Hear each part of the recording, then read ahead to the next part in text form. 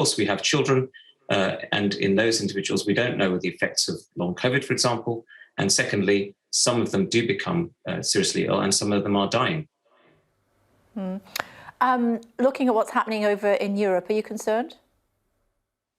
I think Europe is at a different stage of the epidemic. They potentially have had surges later than us because they have maintained social distancing and masking throughout the summer and autumn periods, and therefore have staved off the increase in infections. Now, they are experiencing increases, but their numbers are not in the sort of ballpark of ours per capita.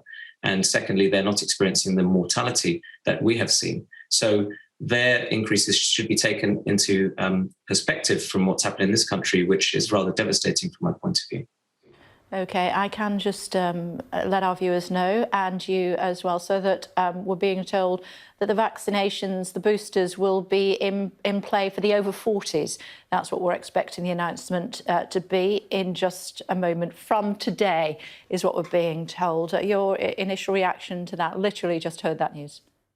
Very welcome, of course. But as I was saying earlier, people in the older age groups have still not been fully vaccinated, and some are finding it difficult to get appointments. So yes, it's fantastic to see it going down the age groups. And I believe in the longer term, the coronavirus vaccination will be a 3-dose regimen as we go forward. And this is the start of that. So it's very welcome that boosters are being emphasized. But as I said, there are huge chunks of younger individuals who are the places where transmission is happening, and it's feeding into vulnerable people in the older age groups. Okay, also hearing that second doses will now be available for 16 and 17-year-olds, Professor. Fantastic, yes. Many of us were concerned at the fact that a single dose would be administered because, of course, the data on efficacy are all about 2 doses. So I'm really pleased that two doses Professor, are being... I must interrupt you. I'm so sorry, because let's hear now from number 10. Thank you for your time.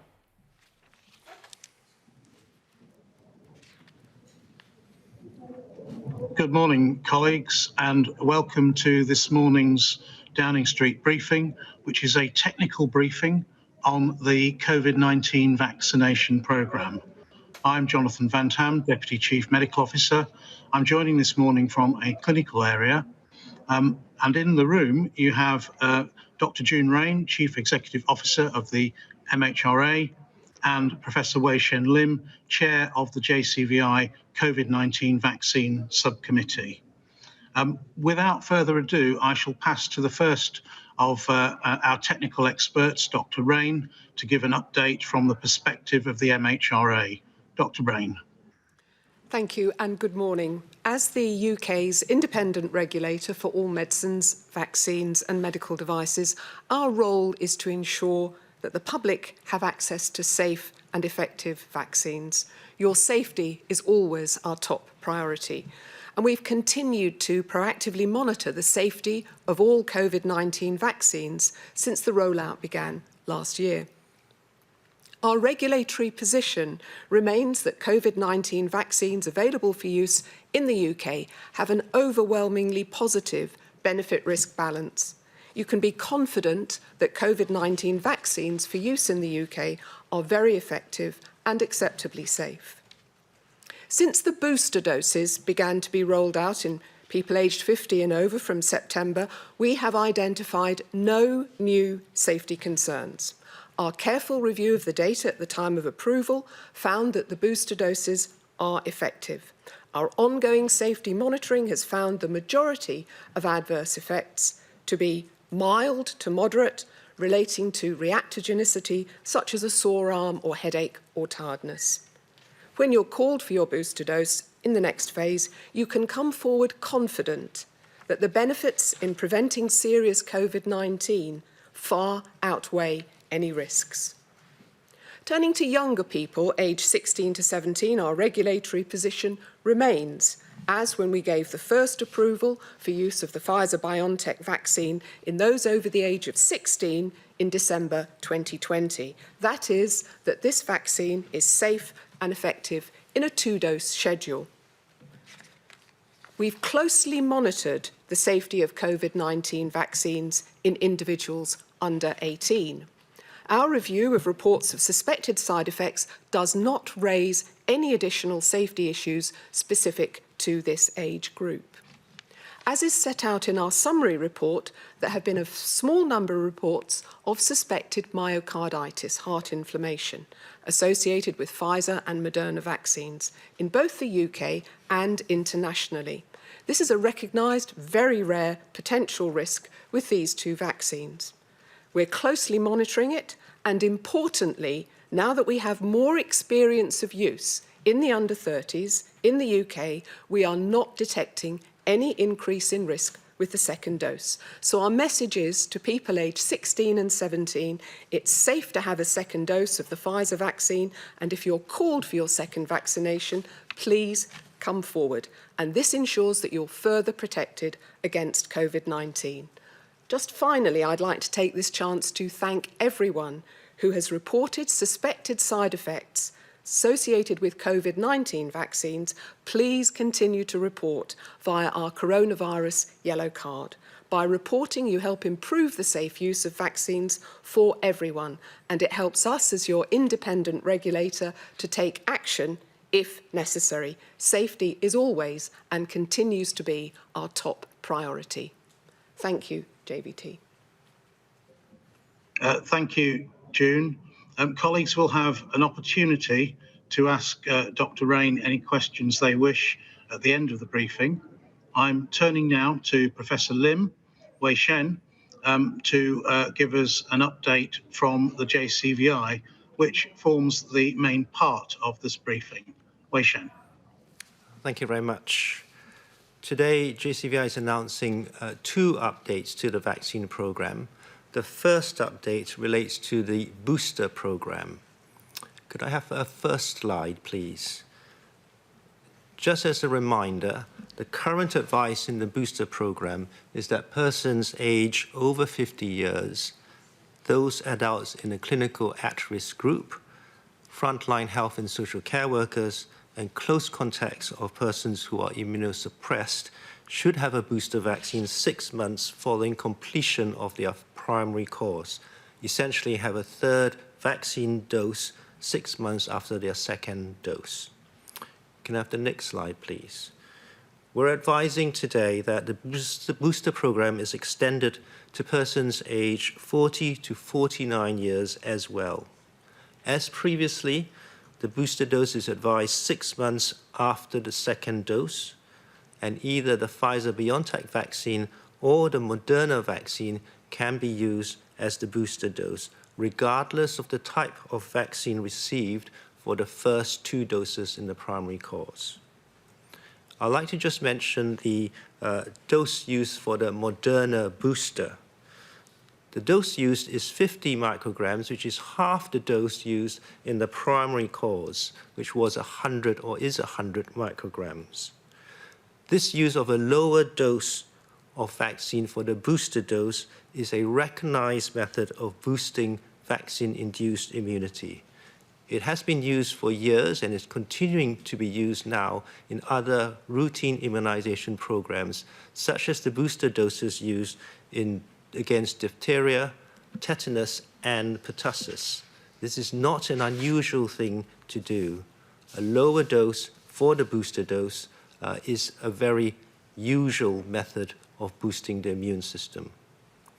For the Moderna vaccine, we also know that studies have been done looking at the lower dose or half dose booster dose of Moderna, and after the third dose, which is a booster dose, the immune response is far higher than after the second dose. So we know that this half dose as a booster works very well. The half dose of the booster dose is also expected to be... Okay, just fading out of here for just a moment or two, because we want to bring you this image. This is what a hero looks like. It would appear that heroes don't always have to wear capes. This is David Perry. What he did yesterday morning is still filtering through. I'm sure we'll be able to give you more information later on in the day. but his cab was hailed to take his passenger to an area of Liverpool. For whatever reason, he seemed to realise there was a problem. He got out of his cab and locked the passenger in the cab. There was then an explosion. The passenger was killed. Subsequently, 3 people have been arrested under the Terrorism Act. David was also injured. He was taken to hospital. He has now been released, we believe. But what an amazing man he is. This is what the government said this morning. The contrast between the cowardice of terrorist attacks and the bravery of ordinary Britons up and down the country who put other people's lives before their own. Clearly, we'll have to see exactly what happened there, but if that is the case, that's another example of true bravery and courage. Sure is, and this is him. This is David Perry. He is the taxi driver that was injured outside the Women's Hospital in Liverpool yesterday. The passenger that had hailed his cab was locked inside, we believe. The cab exploded. 1 person died, the passenger. Subsequently, 3 people have been arrested under the Terrorism Act in areas of Liverpool, the Kensington area of Liverpool. David, we're pleased to say, has now been released from hospital. More on that to come, but let's take you back to Downing Street now, should we? And the latest on jabs for teenagers and boosters for the over 40s. Via COVID-19. We said at the time that we would review the data and anticipate that a second dose may well be advised. Now, that is indeed the case. We have reviewed the recent information regarding the safety and the benefits of a second dose, and we are advising that 16 and 17-year-olds who have had a first dose of the Pfizer-BioNTech vaccine be offered a second dose of the Pfizer-BioNTech vaccine. As a reminder, the first vaccine dose gives a high level of protection against serious disease, and that high level of protection we know lasts for at least 12 to 16 weeks. The second dose, nonetheless, reinforces that protection from the first dose and is important in extending the duration of protection, not just for the winter months and Christmas, but we're also looking into 2022 and beyond. There is a question about the spacing and the timing of the second dose compared to the first dose. We are advising that the second dose is given 12 weeks after the first dose. You may remember that at the very start of the vaccine program in the UK, the JCVI advised that second doses of vaccines be given 12 weeks, which is an extended interval after the first dose. We now have quite a lot of data to show that the extended interval increases the level of protection, and by doing so probably extends the level of protection. We also have emerging data to show that the extended interval between dose 1 and dose 2 also results probably in less adverse reactions. So there are overall benefits in keeping an extended interval between dose 1 and dose 2. Therefore, for 16 and 17-year-olds, we're advising that the second dose is given 12 weeks or more after the first dose. In summary, there are 2 updates we're giving today. The first is for a booster dose for persons aged 40 to 49 years old, and a second dose of the Pfizer-BioNTech vaccine for 16 to 17-year-olds. Both of these updates are important to maximize our protection against this virus, and I strongly urge anyone who is eligible for these vaccines to come and have those vaccines. Thank you. Thank you, Shen. I am now just going to make a few overarching remarks to follow our 2 technical experts before we open for some questions. So I think it is clear that we are now moving at considerable pace with the booster programme. The UK data show so far that in adults aged over 60, after boosting with a messenger RNA vaccine, that's either Pfizer 30 micrograms or Moderna 50 micrograms, as Shen has explained, we're achieving well in excess of 90% protection against symptomatic infection, irrespective of which vaccine people had as their primary course. And on the basis of those figures, I would therefore expect protection against hospitalisation and death to be even higher after boosting once we have the data here in the UK. For now, we look at the Israeli data and some key publications there showing that in people aged over 60 in Israel, after a messenger RNA booster and compared with simply having received the first 2 doses of Pfizer, in the case of Israel, 3 to 4 weeks apart, they are observing a 10-fold reduction against all COVID infections, an 18.7-fold reduction against hospitalizations, and a 14.7-fold reduction against mortality, and that's on top of the initial course of Pfizer. So I believe, therefore, that if the booster program is successful and with very high uptake, we can massively reduce the worry about hospitalization and death due to COVID at Christmas and for the rest of this winter for literally millions of people. It really is as simple and decisive as that. Now, JCVI is independent and it is thorough. It first showed its independence when it advised on the 12-week interval for vaccines at the beginning of the UK programme. And at the time, it was publicly criticised for doing so by the British Medical Association and the World Health Organization. But the data now show that JCVI was right, and many nations have now followed the UK strategy. So, whilst vaccines have fundamentally changed the course of the pandemic in the UK, and the high uptake of the initial programme has saved countless lives and helped restore our freedoms in an unprecedented way, it is also clear that protection will wane over time, and that is after the first 2 doses of a primary course. And that's especially so in older adults and those with risk conditions. And that explains why we've already made the decisions we've made about the booster programme. But the waning signal, whilst smaller, is also beginning to show in the 40 to 49s. And without boosting, I would not expect it to be static. I would expect it to increase.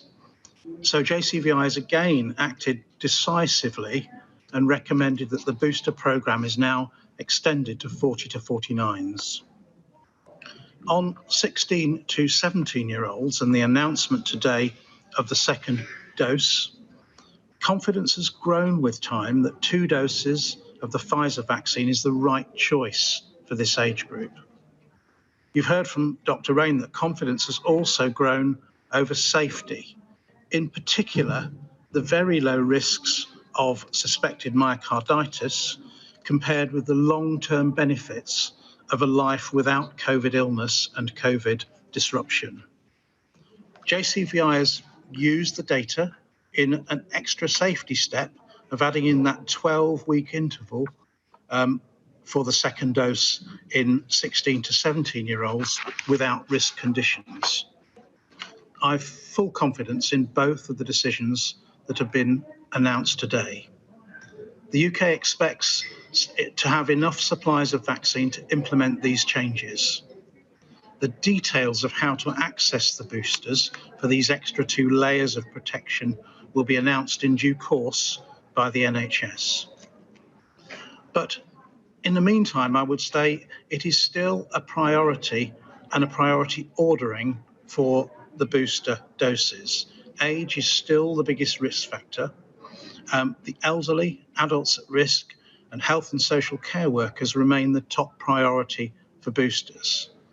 And we should never have a case where 40-year-olds without risk conditions are vaccinated en masse, whilst many 60 and 70-year-olds are waiting for their boosters.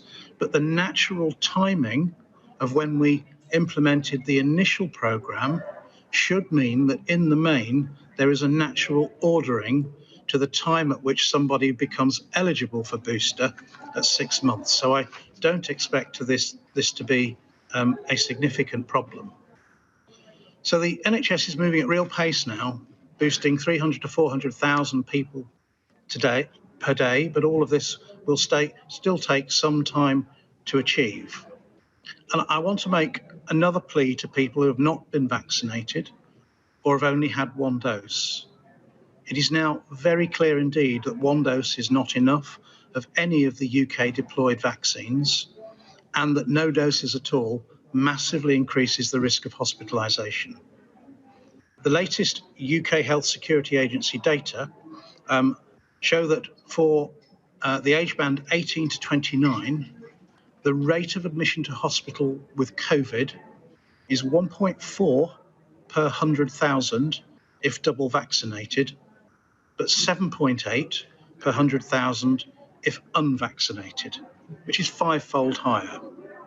And for aged 30 to 39, those similar rates are 4.1 per 100,000 for the double vaccinated and 17.3 per 100,000 for the unvaccinated, which is 4 times higher.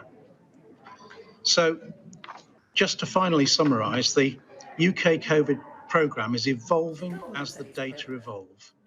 Two further evolutionary steps are announced today. OK, so we will get more from Jonathan Van-Tam and his colleagues. Basically, the headline is that over 16s will be offered their second dose. Over 40s are being encouraged to have their booster jabs. More on that throughout the course of the day here on Sky News. Meantime, Ali is here. We've seen the picture of what everyone is calling a hero in Liverpool this morning.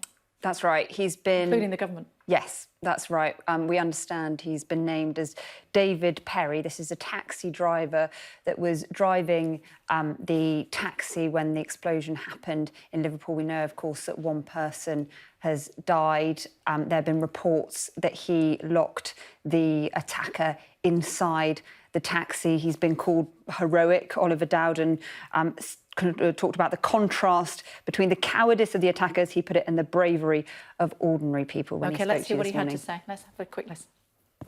The contrast between the cowardice of terrorist attacks and the bravery of ordinary Britons up and down the country who put other people's lives before their own. Clearly, we'll have to see exactly what happened there, but if that is the case, that's another example of true bravery and courage. Been hearing from the Mayor of Liverpool as well this morning, haven't we? There he is, David Perry. What a hero. That's right, yes. Joanne Anderson, who is the Mayor of Liverpool, said that his efforts were heroic, as she put it. And we understand that he has been discharged from hospital, that he is recovering at home. And, yeah, as you say, there he is, David Perry, who has been praised by politicians from across the House, people across the country for his heroic efforts during that terrible attack yesterday. Stand by if you would, because Sadia is also with us this morning. She's standing by in Liverpool. The investigation, 3 people arrested so far. Sadia, what more do we know? Yeah, that's right, Kay. 3 people have been arrested, but this morning some activity taking place behind me. We're at the scene of the blast at the hospital, and a few details emerging about the taxi driver there today. Someone who describes himself as a friend of his told us that he's now home from hospital and with his family. And as you say, 3 arrests were made at a property yesterday. That property was still cordoned off. This morning when I went there, cordons are still also around a separate property at Rutland Avenue. That's expected to remain there for some time, and a few addresses there have been evacuated, police say, as a precaution. And of course here the cordon remains at the hospital where the blast took place, right around the front of the hospital, all the way up to Grove Street there on the right. Hey, Sadia, for now, thanks very much indeed. Ali, this is going to obviously develop throughout the course of the day. Interesting that politicians were both very keen, the 2 that we had on this morning, very keen to praise the bravery of this taxi driver, David Perry, as we know now. That's right, and we expect an update from Priti Patel, the Home Secretary, later today. Do we? OK, that's fantastic. It's actually been reflected in the papers this morning, that explosion in Liverpool taking up many of the front pages this morning. Looking at a few of them for you. Here we go. This is the Telegraph saying one person killed, another injured in the incident. The Daily Mail also focusing on the car explosion with 3 men arrested by counter-terror police following the incident. And then looking at the Times, reports that armed officers and negotiators were sent to a property in East Liverpool as part of operations. So that's what the newspapers are saying this morning. It has now been established that the driver of that cab, who was taken to hospital after that explosion at just before 11:55 yesterday morning, was David Perry. And David has, there he is. You'll see a lot of his picture in tomorrow morning's papers. I absolutely guarantee it. He has now been released from hospital, is what I'm being told. As you know, Sadia was updating us from Liverpool, the Kensington area of Liverpool, where 3 people in their 20s were arrested last night. The police investigation is continuing, and we're hearing that there will be a news conference from the police, either Merseyside Police or indeed the terror group at Greater Manchester Police, maybe a joint police statement from the 2 of them. That is going to be happening at 11 o'clock this morning. What I can tell you is that 3 people in their 20s have been arrested. Armed police had descended on several streets in the Kensington area of Liverpool.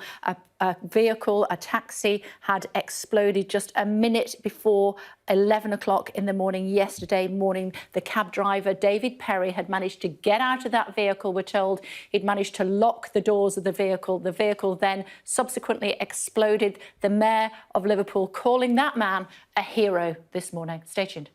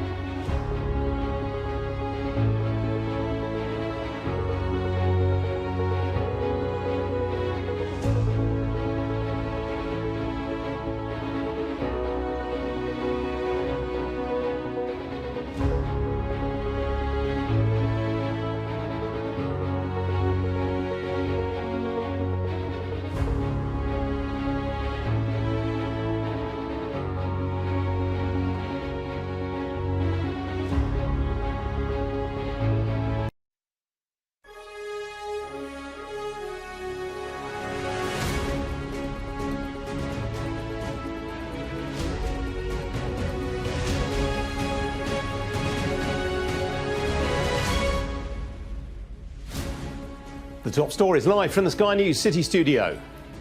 Virtual diplomacy. US President Joe Biden and China's leader Xi Jinping set for talks with trade, cybersecurity and human rights all on the table.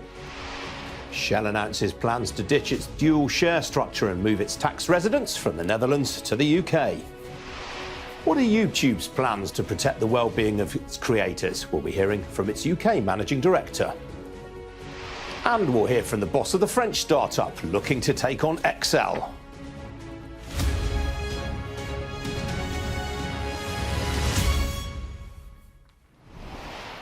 Good morning, this is Ian King Live and our business and economic news from the heart of the city. And the leaders of the world's two largest economies will hold talks later today. US President Joe Biden and President Xi Jinping of China are set to meet virtually amid rising tensions between the two countries. It follows the conclusion of the COP26 climate summit in Glasgow, which ended with a deal that many critics saw as a failure. Well, that was because of a late intervention by China and India, which saw countries only agree to phase down rather than phase out coal. But it's not the only issue dividing the US and China, as our Asia correspondent Tom Cheshire now explains. They've got a lot to talk about. They disagree on pretty much every issue you could think of. The origins of COVID-19 and investigating that, on trade, on the South China Sea, on what looks like a huge nuclear build-up by China, then Xinjiang, the treatment of the Uyghur minority and other minorities there, and what's happening in Hong Kong. And then I think the biggest of all, though, what both sides really want to try and